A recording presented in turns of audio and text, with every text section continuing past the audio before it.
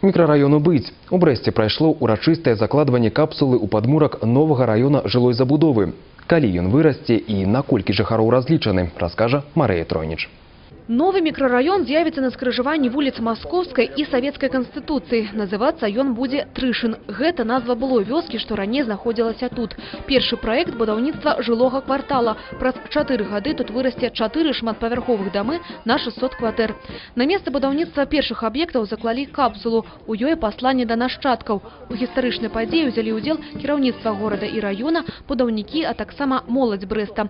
Будаўніцтва тут шматкватэрных дамоў проект цалкам інвестыцыйны, без укладания бюджетных сродков. Его проектантом стала организация «Брест-проект», заказчиком-забудовщиком минская компания КМК «Инвест». Когда нам предложили участвовать в этом проекте, значит, мы разбили этот участок, который подлежит сносу, на 3 участка. 3 очереди. 2 очереди мы уже снесли. В эту очередь вошли 11 жилых домов и хозяйственные постройки, растения, которые были на этом. Усім жыхарам знесенага прыватнага сектора далі новае камфартабельнае жыллё агульнай плошчай 1346 квадратных метраў. Акрамя шматпавярховак у новым квартале вырастуць магазины, цырульні, аптэкі, банкі і іншыя аб'екты сацкульбыту.